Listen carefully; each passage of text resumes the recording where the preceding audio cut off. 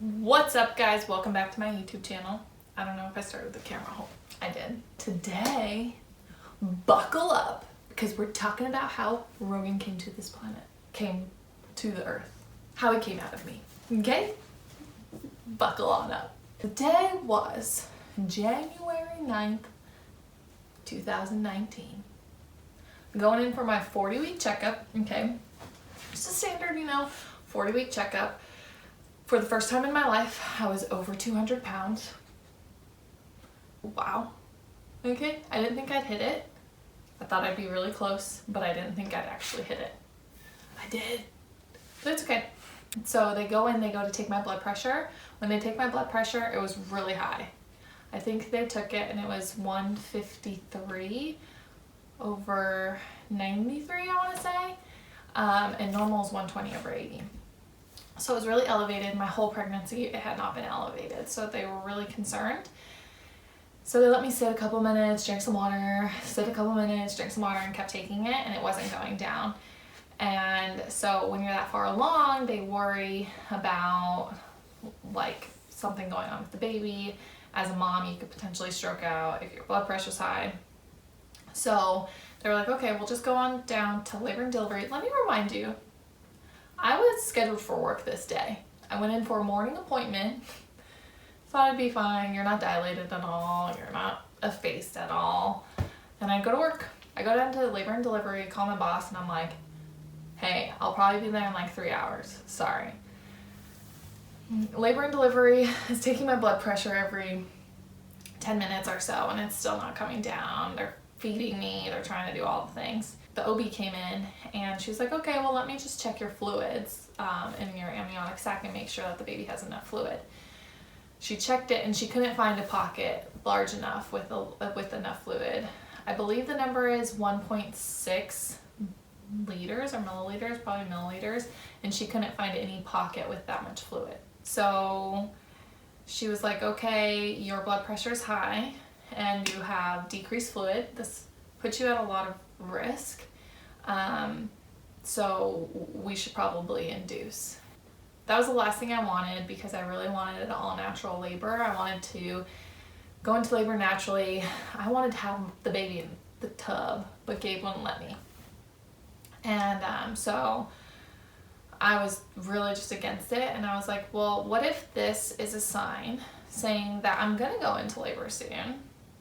Like, in my head, the baby will tell you, will make things happen when things are starting to happen. So for me, I was really reluctant to like listen to needing to be induced, and I was just like, I really don't want to do this. So she was like, okay, well, let's just wait a couple of hours and see if your blood pressure comes down. And I said, okay. And so I said, during that time, can I at least like go home, pack a bag? I mean, I had my hospital bag and everything, but Rebel wasn't situated, and so I was like, can I just take this time? And she's like, you can. I can't stop you, but like, you're at risk of having a stillborn child and you're at risk of stroking out. And as soon as Gabe heard those words, he was like, no one's leaving. You're getting induced right now. So they start the processing of taking me back to the hospital room that I will give birth to Rogan in. So they started my IV, which was seriously the most uncomfortable piece. That's being dramatic. But it was terrible.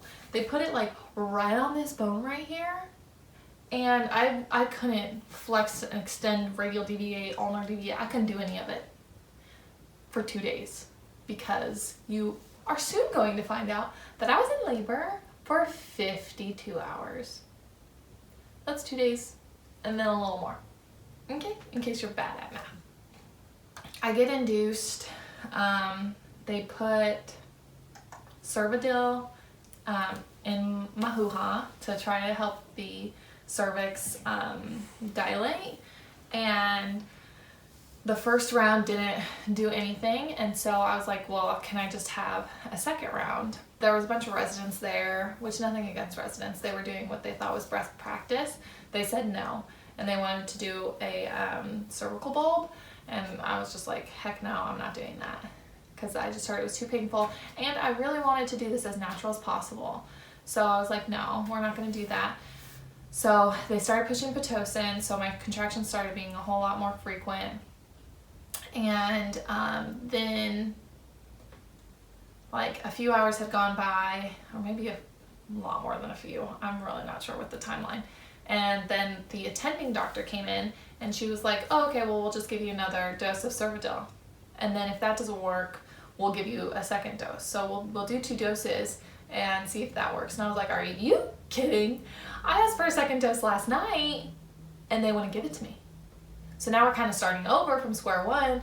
So they took me off of the Pitocin because they were like, we need to take you off the Pitocin. You've been on it too long. And that's really dangerous for you, dangerous for the baby. Took me off Pitocin, tried the Cervidil again. And I actually was able to dilate with the Cervidil when doing 2 rounds versus the 1, which, like, if I would have done that 12 hours ago, would it have worked? Who's to know? So by this time that I finished the second round of Cervidil, I've probably been in labor for, I want to say, like 18 hours. So now I'm dilated, not a lot, but at least 3 centimeters. So they're like, okay, we'll take you off the Cervidil, we'll start pushing Pitocin again. So they start pushing Pitocin again. I'm having contractions every 2 minutes for the past 18 hours, at least, maybe 15. And so just going through the Pitocin, going through the contractions, and I'm finally dilating a little bit. I had been there by this time by like at least 24 hours. And so they were like, it's all just going really slowly. And I was like, well, it's fine to me. I don't care how long it takes. I want him to come out as natural as possible. So they're like, okay. And they're saying the contractions that I'm having are probably more like Braxton Hicks. I wanted to punch the doctor in the face for saying that because, like, ouch, these hurt a lot. And you're telling me they're Braxton Hicks? You don't know my body, okay? Anyway, everything starts to like build and build and build and build and build.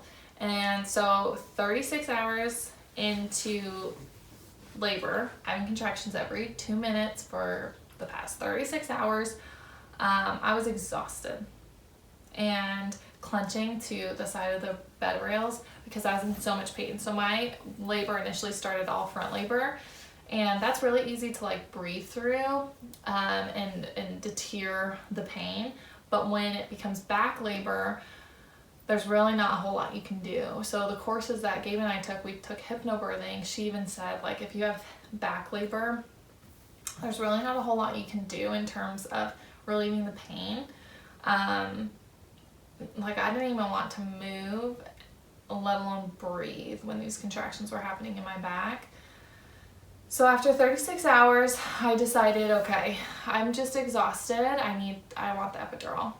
And I did feel a little defeated at this time, but not 100% defeated. Like, I just was like, I've done it long enough.